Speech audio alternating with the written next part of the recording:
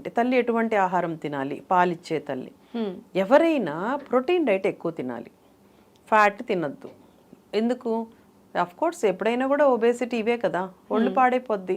Pregnant అయ్యింది, delivery అవ్వగానే pregnancy నుంచే బరువు పెరుగుతారు, ఇంకా డెలివరీ అవ్వగానే ఇంత లావ్ అయిపోతారు. బికాస్ ఏంటేంటో ఫుడ్లు, మటన్ అని అంటే హైగా పాలు రావాలనుకుంటారు కానీ హై ఫ్యాటీ ఫుడ్ ఇచ్చేస్తారు. అక్కర్లేదు, మంచిగా ప్రోటీన్ ఫుడ్ ఇవ్వండి, ఫైబర్ ఇవ్వండి, హాయిగా కార్బోహైడ్రేట్స్ మినిమం తినొచ్చు, తినొద్దని ఎవరు చెప్పట్లేదు.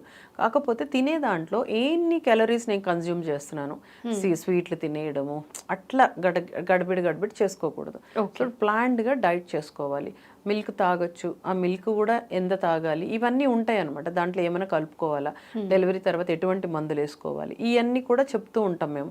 ఐరన్ కొన్ని రోజులు వేసుకోవాలి, కాల్షియం కొన్ని రోజులు అవసరం, ఇవన్నీ మేము చెప్తూ ఉంటాం. So diet very important, over weight అయిపోకూడదు. డైట్లో ఇప్పటి నుంచే జాగ్రత్తగా పడాలి, అది చాలా ఇంపార్టెంట్. అలాగే బట్టల విషయం, మిల్క్ ఇవ్వాలి కాబట్టి మంచిగా వదులు దుస్తులు, అట్లనే సపోర్టర్స్ వేసుకోవాలి, బ్రెస్ట్ సపోర్టర్స్ కంపల్సరీ వేసుకోవాలి, అట్లాగే ఫ్రీగా ఉండే వేసుకోవాలి, టైం టు టైం మిల్క్ ఇవ్వగలగాలి.